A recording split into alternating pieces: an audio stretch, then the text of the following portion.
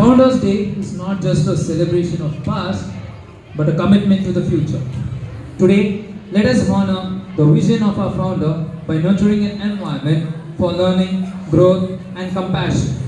Together, we can ensure that our MS family continues to thrive and inspire generations to come. I would like to say a thought here. The things you do for yourself are gone when you are gone, but the things you do for others remain on your legacy. Thank you, children. Thank you, sir. Thank you, ma'am. Now I call on Ajas sir to the stage, who will share with us the fascinating journey of a founder legacy and impact. ಎಲ್ಲರಿಗೂ ಮುಂಜಾನೆಯ ಶುಭಾಶಯಗಳು. ನನ್ನ ದೇಹದ ಬೂದಿ ಗಾಳಿಯಲ್ಲಿ ತುರಿಬಿಡಿ ಹೋಗಿ ಬೀಳಲಿ ಭತ್ತ ಬೆಳೆಯುವಲ್ಲಿ. ಬೂದಿ ಗೊಬ್ಬರದಿಂದ ತೆನೆಯೊಂದು ನೆಗೆದು ಬರೆ ಸಾರ್ಥಕವಾಯಿತು ಹುಟ್ಟು ಸಾವಿನಲ್ಲಿ ಎಂಬ ದಿನಕರ ದೇಸಾಯಿ ಅವರು ಹೇಳುವಂತೆ ತನ್ನ ಬದುಕಿನ ದಿನಗಳನ್ನು ಕಳೆದ ಮಹನೀಯರ ಪರಿಚಯ ತಿಳಿಸುವ ಸಮಯ ನನ್ನದಾಗಿದೆ. ಬಹಳ ಹರ್ಷದಿಂದ ಶ್ರೀಮತಿ ಚೌಡಮ್ಮ ಮತ್ತು ಶ್ರೀ ಮುನಿ ನಾಗಪ್ಪನವರ 7 ಜನ ಮಕ್ಕಳಲ್ಲಿ 3ನೇಯವರಾಗಿ ಜನಿಸಿದ ಶ್ರೀಯುತ ಎಂ ನಾರಾಯಣಪ್ಪರವರು ತಮ್ಮ ಕಿರಿಯ ವಯಸ್ಸಿನಲ್ಲೇ ತಂದೆಯನ್ನು ಕಳೆದುಕೊಂಡರು. 50 ಜನರ ಸದಸ್ಯರನ್ನು ಒಳಗೊಂಡ ದೊಡ್ಡ ಅವಿಭಕ್ತ ಕುಟುಂಬ ಇವರದು.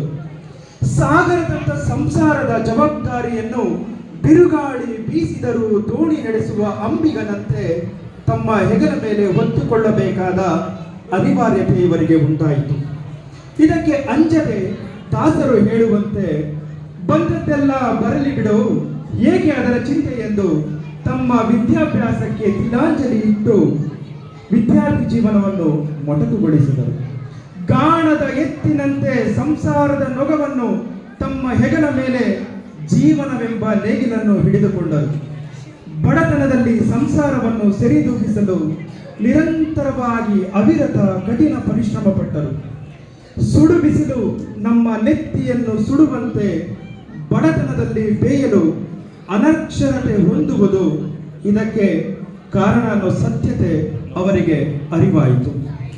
ಆಗ ಅವರು ಸಂಸಾರವನ್ನು ನಡೆಸಲು ನಮ್ಮ ಜನಪದರು ಹೇಳುವಂತೆ ಬೆಳಗಾಗಿ ನಾನೆದ್ದು ಯಾರ್ಯಾರ ನೆನೆಯಲ್ಲಿ ಅಂದರೆ ಬೆಳಗಾಗಿ ನಾನೆದ್ದು ಯಾರ್ಯಾರ ನೆನೆಯಲ್ಲಿ ಎಳ್ಳು ಜೀರಿಗೆ ಬೆಳೆಯೋಣ ಭೂಮಿತಾಯ ಎದ್ದೊಂದು ಗಳಿಗೆ ನೆನೆದೇನೋ ಎಂದು ಈ ಭೂಮಿ ತಾಯಿಯನ್ನು ನಂಬಿರುವಂತಹ ಕೃಷಿ ಮತ್ತು ಹಾಲಿನ ವ್ಯಾಪಾರವನ್ನು ಆಯ್ದುಕೊಂಡರು.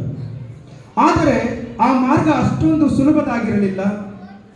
ಪ್ರತಿದಿನ ಸೂರ್ಯ ಉದಯಿಸುವ ಮುಂಚೆ ಅಂದರೆ ಮುಂಜಾನೆಯ 4 ಗಂಟೆಗೆ ಅವರ ದಿನಚರಿ ಪ್ರಾರಂಭವಾಗುತ್ತಿತ್ತು.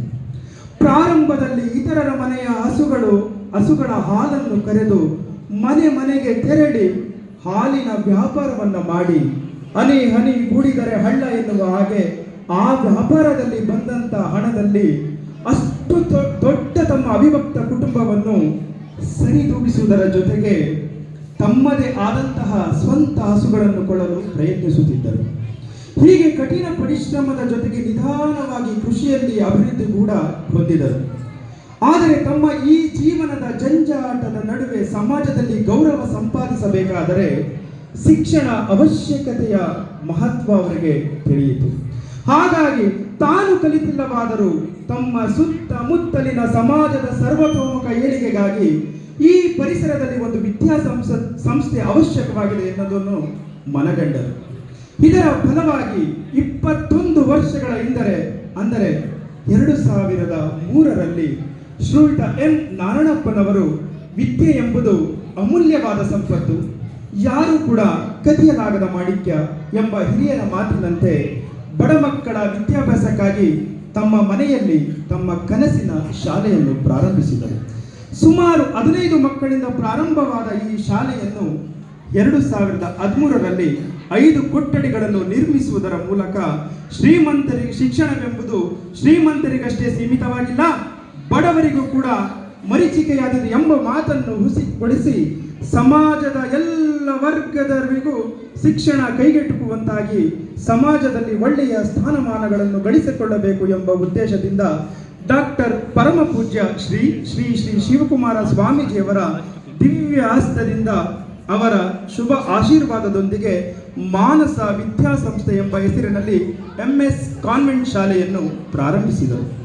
ಅವರ ಮಹದಾಸೆಯಂತೆ ಮಾನಸ ವಿದ್ಯಾಸಂಸ್ಥೆ ಸಮಾಜದ ಎಲ್ಲ ವರ್ಗಗಳ ಜನರ ಜ್ಞಾನದಾಹವನ್ನು ನೀಗಿಸುವ ಸಲುವಾಗಿ ಮಾನಸ ಸರೋವರದಂತೆ ನಿರಂತರವಾಗಿ ಈ ಶಿಕ್ಷಣ ಸಂಸ್ಥೆ ಎತ್ತರವಾಗಿ ಬೆಳೆದು ನಿಂತಿದೆ.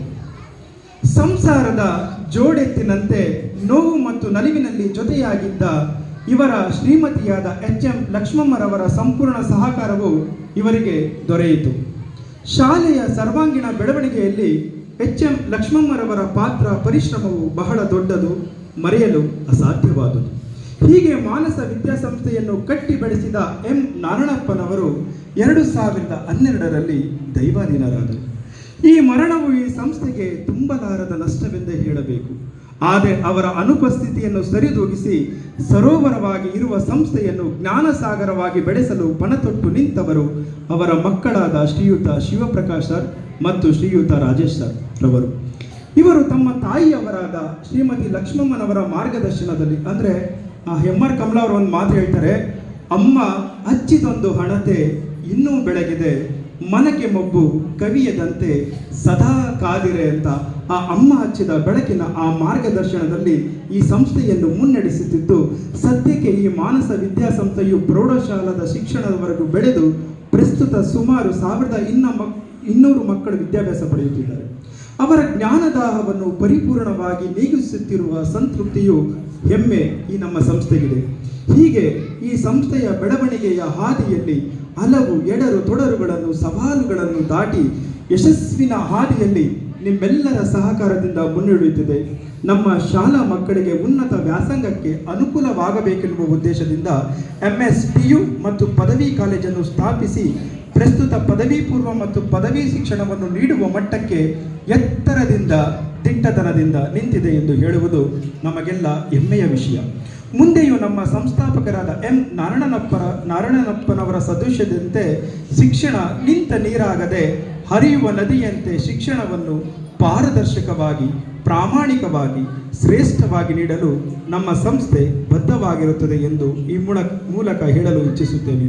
ಹುಲ್ಲಾಗು ಬೆಟ್ಟದಡಿ ಮನೆಗೆ ಮಲ್ಲಿಗೆಯಾಗು, ಕಲ್ಲಾಗು ಕಷ್ಟಗಳ ಮಳೆಯ ಸುರಿಯೆ, ಬೆಲ್ಲ ಸಕ್ಕರೆಯಾಗು ದೀನ ದುರ್ಬಲರಿಗೆ, ಎಲ್ಲರೊಳಗೊಂದಾಗು ಮಂಕುತಿಮ್ಮ ಅಂತ ನಮ್ಮೆಲ್ಲರಲ್ಲೂ ಕೂಡ ಒಂದಾಗುವುದರ ಮೂಲಕ ಶಿಕ್ಷಣವೆಂಬ ಮಾರ್ಗದಲ್ಲಿ ನಾವೆಲ್ಲ ಸಾಗ್ತಾ ಇರೋದಕ್ಕೆ ಸಾಕ್ಷಿ. ಇಂಥ ಮಹನೀಯರ ಪರಿಚಯವನ್ನು ಮಾಡೋಕ್ಕೆ ಅವಕಾಶ ಮಾಡಿಕೊಟ್ಟಂತ ತಮ್ಮೆಲ್ಲರಿಗೂ ಕೂಡ ನಾನು ಧನ್ಯವಾದಗಳನ್ನು ತಿಳಿಸ್ತಾ ಸಿರಿಗನ್ನಡಂ ಗೆಲ್ಗೆ ಸಿರಿಗನ್ನಡಂ ಗಾಲ್ಗೆ ಜೈ ಹಿಂದ್ ಜೈ ಕರ್ನಾಟಕ.